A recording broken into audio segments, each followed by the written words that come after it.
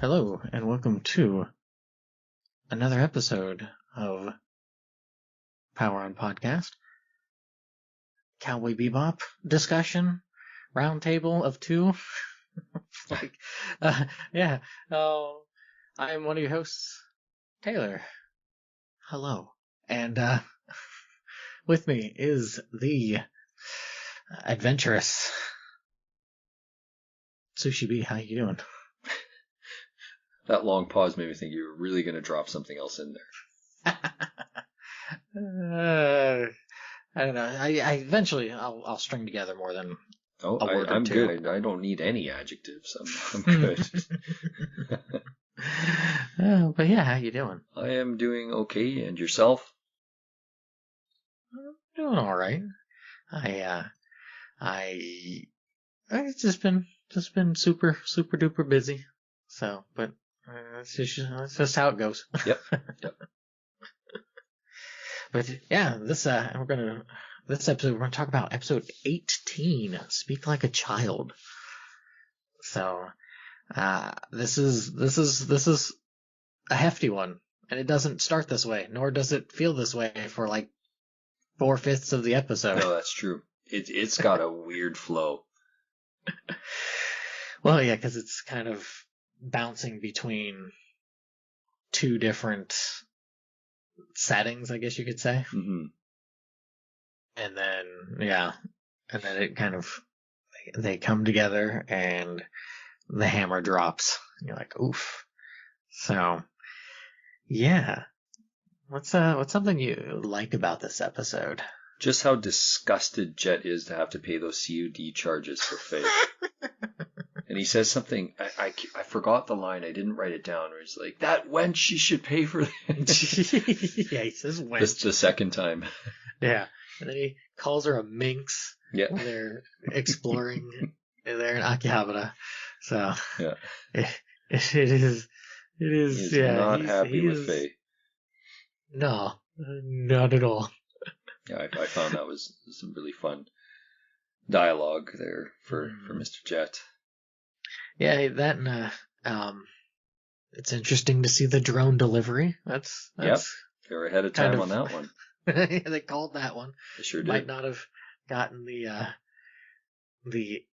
internet stuff so strongly situated, but yeah, or the smartphone kind of thing. But they got the drone delivery. I mean, they're not like way off on those other bits. I mean, it's not completely on target, like you said, but the drone, yeah, I was quite impressed with that. And I liked how it's the turtle beats the hare, or the tortoise beats the hare. It's kind of that's a little that's cute. Yeah. I like that. I like the retro nerd dude. Like so dramatic. Yeah. And it's just kind of like you'll break it. Yeah, he is certainly something. Yeah, he's a bit of a recluse. I guess this is probably the best way to call him. Well, that, and it's just like, I mean, it's somebody who's very passionate about something who obviously doesn't get to talk about this stuff very often with people. So it's like, oh, I've just gotta let it all out. And it's like, no, that's not how conversating with people goes.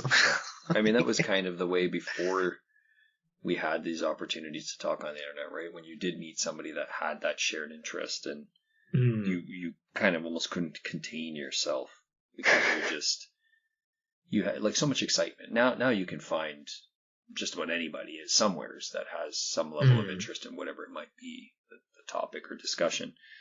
But yeah, it definitely harkened back to that sort of, and it's funny to them, this is totally bizarre behavior and weird to be a collector of these types of things. I think in modern society we don't think quite so much now, right? Like you have people that collect Elvis memorabilia, you have people that collect video games, you have vinyl, like all kinds of stuff. Right. Milk jars, like I've seen a lot of unique types of collections, but for them I think that especially their sort of cavalier lifestyle, they don't really hold on to too many possessions. Jet kind of does, but I mean, he has the bonsai tree he does, and collection he had stuff. the watch that he threw away, and sort Right. of, he kind of holds on to the past a little bit more, but and just how baffled they are by the technology is quite interesting too. Right. Like, Spike is just like ramming that thing.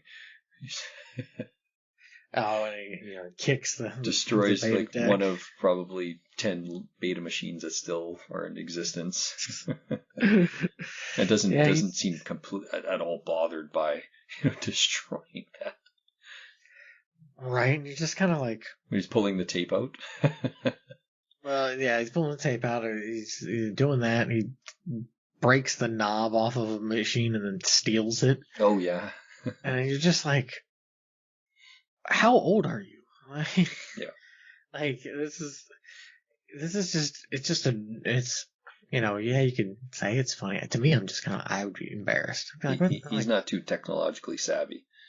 Which is fine, but But Jet looks like, confused too, and Jet does have some technology skills, but he's the oldest of the crew, but he's got no clue about this stuff. right, which is neat. Mm. Yeah, that's pretty cool. Yeah, that that end of the episode of that TV show that he's watching too, it's like, oh boy, Oh, that weird drama. Yeah. And then it has like that Beverly Hills 90210 reference at the end there with Jason Priestley and Shannon Doherty. Or were they like executive producers or something? Something like that, yeah. Yeah. And just how enthralled that guy is. But again, a very good reflection of society today. You have a lot of these international television drama shows and stuff that people are just completely zoned in on, or they binge watch Netflix shows or whatever. Mm-hmm. I mean, yes, there's always been that, right? Watching the soap operas during the weekdays and stuff for stay-at-home moms and things like that. But right, yeah, it's continued. It's still carried on. Just it looks in a different format. yeah. Yeah. I wish we could have seen more of his tape collection. Something, He yeah. just had like this huge stash of tapes all alphabetically ordered and distributed. And if he had just like CCTV tapes from 1993, some random bus stop or something, and he just watches all these tapes. Got nothing better to do. Right. And you're like, okay, all right. How much do you think he was trying to sell this stuff for? That's the thing too. Like, it's like, who are you selling this to? Well, that's just it. Like, who's coming to buy it, and who's like, what is the valuation? Like, how would they determine the valuation on this stuff? Right. I suppose it's no different than something like video games today. Nobody truly knows the valuation of any of this stuff.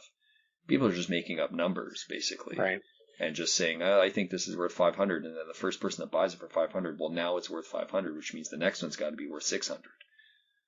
So, yeah, these seem like they're a little less in demand. It doesn't seem like he's made the right investments. Hey, he's enjoying himself. True. He seems to be totally fine where he's at with his life. But I would say you would probably argue quite strongly that he's probably wasting away. Yeah, I would certainly. He's not quite as productive as he probably could be. Well, I mean, I think we all could be, but I get that there's a balance you need to strike. Yeah, but I think he's a lot worse than most of us. Can't sell anything, like, okay. So he just watches the stuff because he can't get rid of it.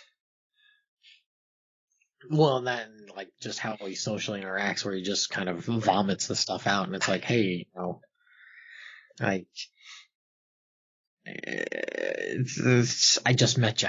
Right. That's where Spike should have taken that dial that he broke off and shoved it in his mouth and like pretend to turn him down or something.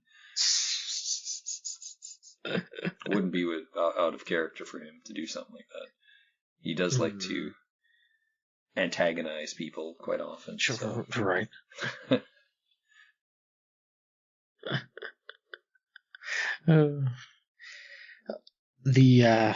What did you feel about the whole bit with them going down, spelunking, as it were? So that was supposed to be Akihabara they were at? Yeah. Right. It's weird. It kind of goes in that gray area for me because I liked it. Because I liked that there wasn't really talking. I liked that it was just. It had like it reminded me of like an Indiana Jones or something, right? Like they were on this quest, kind of silently going through all of these death traps. Not set death traps per se, but. So I kind of liked it, but then it goes on probably a little longer than it needs to. And I like the gag that they get there and it's the wrong machine. They grabbed a VHS. Mm-hmm. But it does feel long-winded. I felt it's a little too drawn out. I was gonna say, yeah, outside of what ends up happening at the end, this is a bit padded episode. This feels like there's a lot that could have been done. Maybe I would say a little bit more Faye, even though this is a very important Faye episode. Yeah, she's kind of non-existent. Yeah, it's a bit of an odd choice. Mm-hmm. Maybe there's more of a reason to it, and I just haven't really been able to parse out why.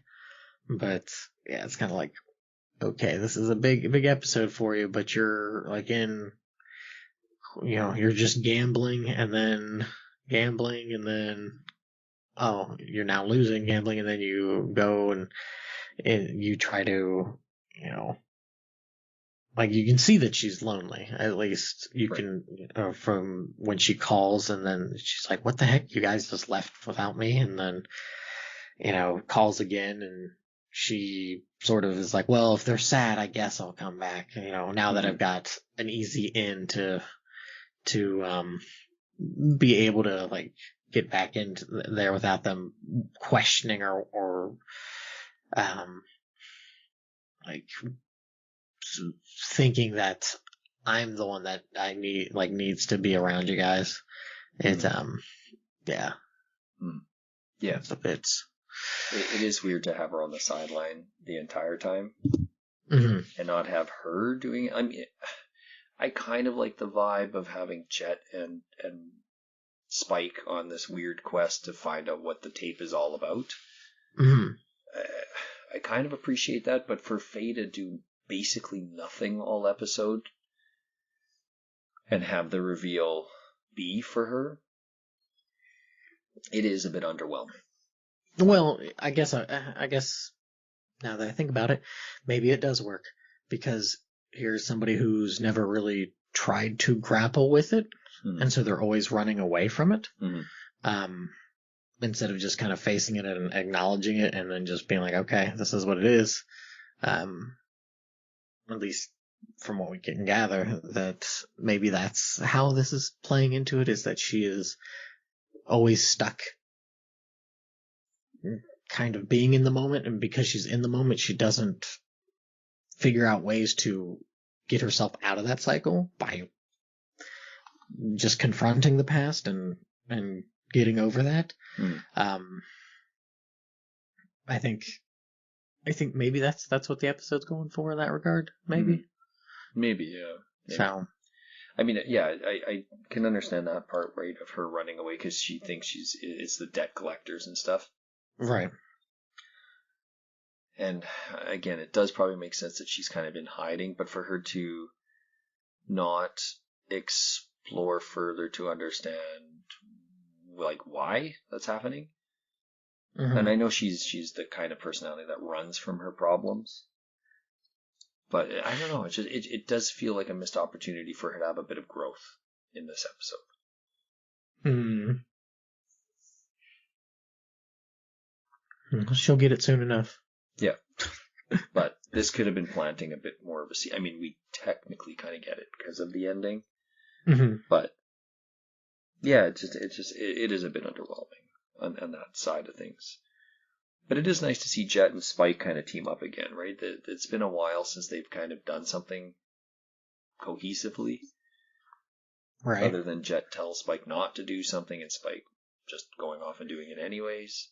Right. So it's been a while since we've seen them kind of team up to try to take down a bounty or win money at the casino or whatever. It's just they haven't really teamed up to do much, so at least it gave them that segue to do it here. Yeah, no, that is a good point, because it has been a hot minute. I mean, they had a lot of individual focused episodes in between. Right, they had the one with the Chessmaster Hex, mm-hmm. And then other than that, it had been a sizable portion before and after. And so yeah, it is a little bit more of, hey, we're still friends. Right. Well, even with Chessmaster, like at the end point, it's Faye that's in the, in there with Jet or with Spike. So that's true. Like the actual payoff, it doesn't even include Jet really. So yeah, it gave them something to do, and I get, like I said, it's kind of fun to watch them do this sort of Indiana Jones type excavation and come up short, which again kind of feels like Indiana Jones coming up short without the treasure very often. Right. So, and I don't know if that was the intention, maybe, but yeah, possibly. Ed's got a good line though, right when Ed announces that it's the wrong machine. And they just flop on the sofa. That was not an easy journey. Is it implied that the beta machine that comes, is it from that cellar? Seemingly, must be. Like, where else would a beta machine come from? I don't know. Just randomly shows up. The only thing I can think of is that it was coupled with it so that it could be played. Maybe.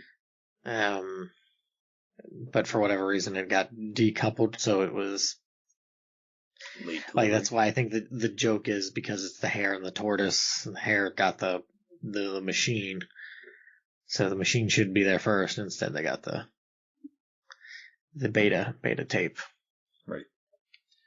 I like that they're both sitting there with a couple of cold ones to watch it. Right. And then, yeah, it's a pretty expensive movie to watch there. That Jet's trying to get Faye to pay for there. Yeah.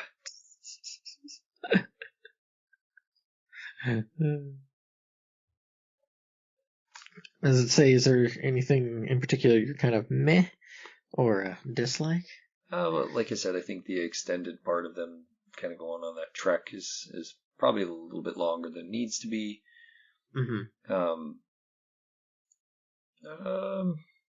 Faye, yeah, not getting much of a chance to shine at all here is a bit disappointing. Because yeah, I don't know. I don't want to go too far down that rabbit hole. The payoff is, yeah, I'm kind of indifferent to that payoff too. Okay. I like the message because Faye, as a character, really is a lost soul, and rightfully so. I mean, right. She's been displaced by time. So it's kind of like a Captain America thing, right? Like trying to get back up to speed to some degree with what life looks like now, and you're a completely different person now, and who you are doesn't match the century you're living in now. Right. So I get that bit, but I think you kind of hit this really well when you said that there's just a lot of disjointedness here. For 4/5 of this, it feels like the lead up to all of this is just a hodgepodge of things, and then this very important moment at the very end. Just kind of blindside you. Right. I mean, we get a little bit early on where you're like, okay, we know that's likely Faye. Right. just based on just her from past. watching the series up to this point, Right, you know, and just, you know, that and just what the character in the beta tape looks like and stuff. right. You're like, okay, but yeah, so it kind of spoils that a little bit, like just in the sense of you know what's going to be on the end of this tape, to more or less at least, but you just don't know what they're going to showcase. Right, and I think it's more of like an emotional gut punch too. Is that here you have her seeing this as her younger self is saying, you know, don't lose me.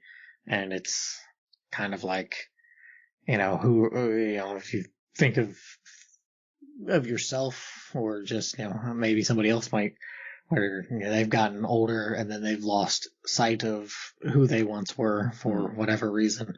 Not only have they, you know, because of that separation of time, but also just that amnesia and just in general, just there's that disconnect and that loss. For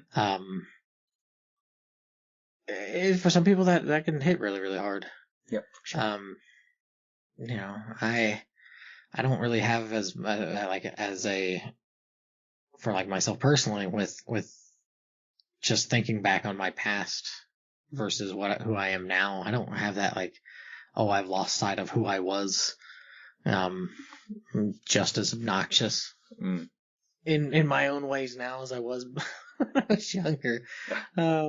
Maybe not as reckless, but you know, I'm still me. So yeah, I guess for some people that might really really hit hard.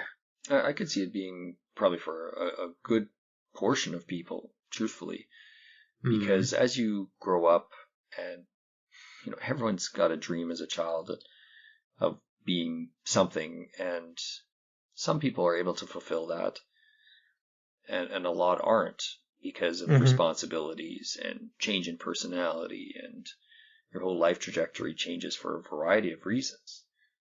And so, yeah, I think it probably is a pretty good gut punch for many. Just seeing if it's your personal reflection or if you have buy-in for the Faye character. Yeah. It can definitely be rough. It's just kind of, you feel bad for her.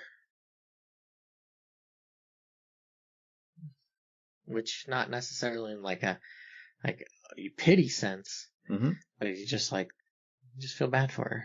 Yep. Which, I mean, that's a good mark for to be able to do that, to have the audience feel bad for a character, not just like this isn't necessary, and it's not like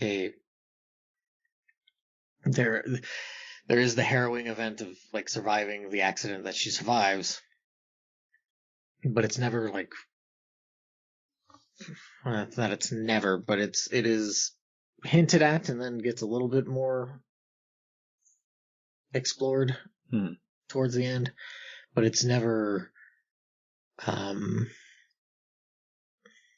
you don't get like a full recount of what goes on or how they were able to save her and that sort of thing.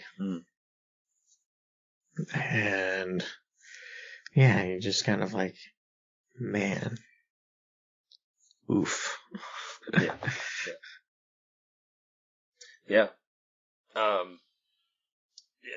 Hopefully not spoiling anything, but there's a Tom Cruise movie that's very similar to Faye's fate in here. But I won't necessarily say what it is in case people haven't seen it and are curious of the movie, but I can tell you after what it is. Okay, I think I have an idea maybe, but it follows a very similar kind of trajectory. Okay. Yeah. I see. Well, I mean, is there anything else you'd like to add? I don't think so. I think I'm good here. Like I said, I forgot to jot down any particular quotes that I really enjoyed in this one, or if there was anything quippy, other than really Jet being snappy about the charge on delivery. The other It's one there. I can think of is when Faye loses at the dog races. She's like, Mm. it's all right. Races are all luck anyway. Yeah. So it's kind of certainly a way of coping. Hmm. So I suppose if you're a compulsive gambler. right. So yeah.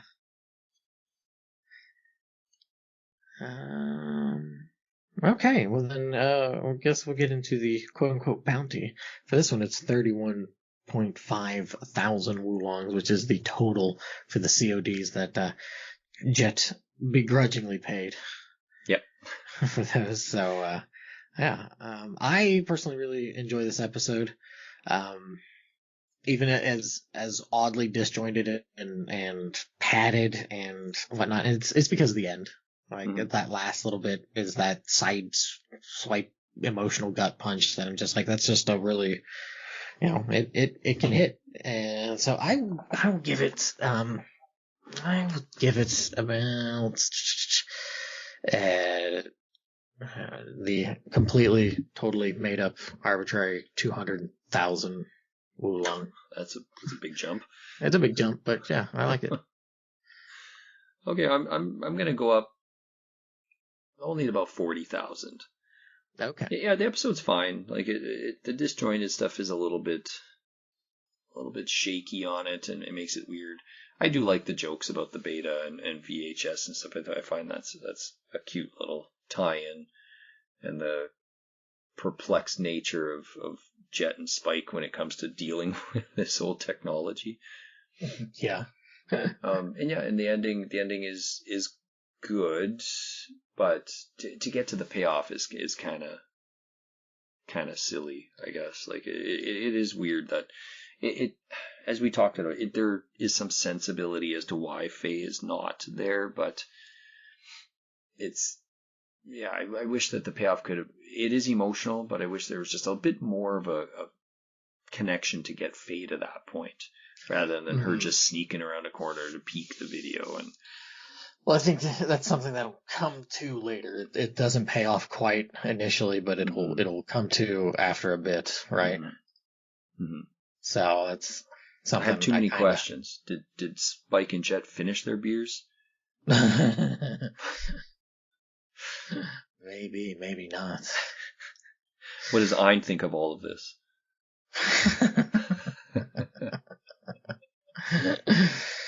But yeah, no, I'll stick with the 40. 40K. Fair enough. Okay. All right.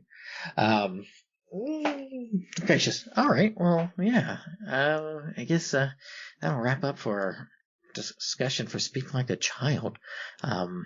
If you've got any sort of comments, did this episode hit you as much as it did for maybe, for me to some degree? It doesn't necessarily do that as much now. It's just kind of, it's like, oh, I never remember the first time I seen it. It was kind of like, oof. But yeah, definitely let me and Sushi know. Be curious to hear. Maybe you're more in the Sushi camp where it's like, meh, meh. I could have pieced it a bit better together. Um, yeah, so I guess that's it, and we'll continue this journey. Still got a little bit more to go.